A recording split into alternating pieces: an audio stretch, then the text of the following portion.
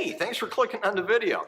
I'm going to share 3 tips with you today on how to double and even triple your sales to sample ratio when you're doing an in-store demo. Hi, I'm Paul Edgewater, CMO of Busy Bee Promotions, and I have over 40 years of sales experience. And today, I'm going to share something with you that I learned a long time ago about approaching strangers, and it works really, really well in the in-store environment. I like to tell people that success in business takes intuition. But massive success takes counterintuitiveness. Sometimes what you learn or what comes naturally to you gets you to a certain point, but there's a tipping point where you have to invert things and do them completely different to get to the next level of success. And we're going to talk a little bit about that today. Now, let's set the stage. Level 1. Okay, this is level 1 in-store demo conversation. You have your table set up. You have your coupons, you got your samples, you got your hat, you got your shirt, apron, whatnot, and you're ready to rock and roll. Now somebody's going to walk by your table, of course, and you're going to say something like this. Hi, would you like to try a sample today? Or, may I interest you in a sample today? Now, there's nothing wrong with saying things like that to a consumer. You're being polite. You are engaging them. You're not playing it close to the chest. You're pretty much putting it out there what you want. You'd like them to try a sample because you're there to sample things. That's great. But there is a huge problem with that question, and that is that you've given them an easy out. You've asked what's called a closed-ended question that can be answered with a yes or no. You want to avoid those because it's not so much that the people don't want to try something. Sometimes it's a conditioned response to say no or no thank you, just looking not right now when given a choice. Here, think about this. You go to say a department store, or how about go to a car dealership, because we all love to shop for cars, don't we? And you go into the showroom and somebody's going to come up to you and say, hey, may I help you today? What's our normal reaction? It's instinctive, it's conditioned. No, thank you, I'm just looking. Well, that's what we do. Right? Even though we went there to look at cars, even though we're interested in cars, and even though we need to know more, and yeah, we probably want to test drive, which means eventually we're gonna have to talk to the salesperson. And it's not just for cars. It could also be for a lower ticket item like clothes. You go to a clothes store and the salesperson asks you, hey, can I help you find something today?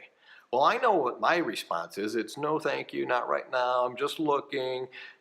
And the reality is, after I've wandered around this store for a while, I figured out that I actually do need help. But why did I say no thank you? Why did I say no, not right now? Why did I say I'm just looking? It's a conditioned response.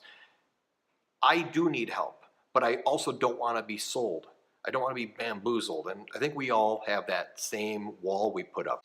And these are questions that would be like, would you like to try a sample? Or do you want to try a sample today? Or may I interest you in a sample?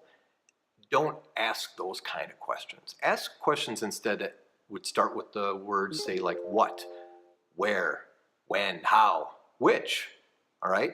Elmer Wheeler was a sales trainer back in the 30s and 40s who had a clever little saying went like this. It said, don't ask if, ask which. In other words, give somebody a choice between something and something else, never a choice between something and nothing. Okay, chocolate, vanilla, strawberry. Which one of these do you like the best? Well, I guess I like strawberry. You can't say no to a question like that unless you're, really rude or something. But most people are not really rude. So if you give them a choice between chocolate, vanilla, strawberry, they're going to tell you which one they like the best. And then you can start talking about that strawberry because, well, they just shared something with you. It's a conversation starter. You could say, what time of the day do you normally drink coffee? Well, you get asked a question like that, you're going to want to provide an answer. I guess I drink it in the morning, but sometimes in the afternoon too. Or when do you normally enjoy ice cream? Boy, it's usually dessert, but sometimes it's when I'm watching TV and I'm just bored. You could also say something like, how do you normally prepare your pasta? I guess I make casseroles or lasagna. If you do this level 2, which is the open-ended question, which elicits a response that has some detail to it, a conversation starter, you are now at level 2. And you're going to double your sales. If you stop asking yes or no questions, you will double your sales because you're going to speak to no less than twice as many people. All right, let's take it to level 3 now. I'm going to tell you something that's counterintuitive, all right? And that is that you should not ask questions. I'm going to make an assumption about you. If you have stuck with me on this video and you're still watching, you're a cool person. And the reason I am making this assumption is if you're a brand ambassador or a marketing person or in sales, you like people. And if you're good at it, you are a people person and they like you too. And when you put on that demo hat in the store, don't become a demo person. Become a bigger, louder, happier, more gregarious version of you. Be a bigger version of you. And here's how you do it. You're going to take it a step further. You're going to look at somebody's cart, for instance. Let's use an example. Let's say you're demoing fine cheeses, okay? And you see somebody with a cart that has some wine in it. Be a big version of yourself and do something like this. Hey, I couldn't help noticing that bottle of wine in your cart. You have to try this cheese with that wine. The pairing is unbelievable. You cannot walk past this table without at least trying this. Get over here. Or you could say something if you're demoing, say, a holiday item, okay, and you see somebody's doing some shopping for the holidays. Hey, before you walk past my table, I couldn't help noticing that you have some holiday stuff in there and you need this. I got this sample, it has your name on it. You have to try this before you walk past. You're gonna love it. These kind of approaches really work nicely because you're not asking people questions. You're being a gregarious version of yourself. You're leveraging your cool. All right, you're throwing your coolness right into their world and they are going to love you for it. Make the experience something that the consumer will never forget. When they think of that product, they're going to remember this cool person that they made friends with at the store, and they will forever associate the experience of that sample with the fun, engaging, cool person that was at this demo table. Make friends with people. That's why we're there. You're a brand ambassador. You're not somebody who's just supposed to be there hashing out samples. We've seen that in stores, and we forget what we've eaten the second we walk away from that counter, don't we? You have to engage the consumer. You have to make friends with them, and the best way to do that is no questions. Just tell them to come on down. Think about this. Let's just say you ended up in Hollywood or Burbank or wherever they film The Price is Right. You're in the audience at The Price is Right. If you hear, "Come on down, you're the next contestant on The Price is Right," you're going to run down there. Did you notice something? They didn't ask you if you wanted to come on down. They don't ask you if you want to come down. They tell you to come on down.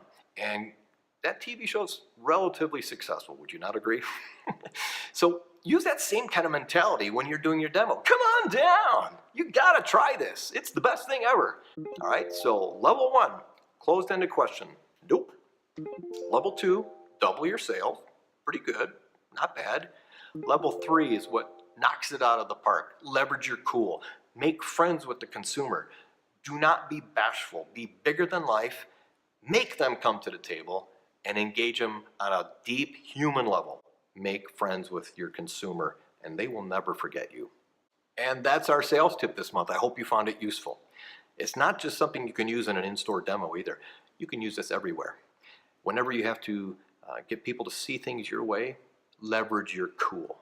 And I'd like to thank you also for investing some time with me today. So I have a little freebie for you. In the description of this video, you're going to find a few links, one of which is a link to a chapter on sales that I wrote for Steve Forbes. You can click on that and follow the prompts and you'll get a PDF of it, no strings attached. I also have included a link to Elmer Wheeler. You need to look at this old Elmer Wheeler stuff. You don't have to reinvent the wheel. Check it out, you won't regret it.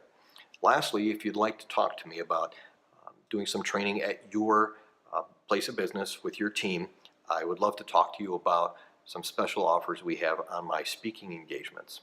And that's it for today. So stay tuned. We'll be doing these sales tips on a regular basis. And if you have any questions, go ahead and shoot me an email, paul@busybpromotions.com. Thank you so much. Have a great day.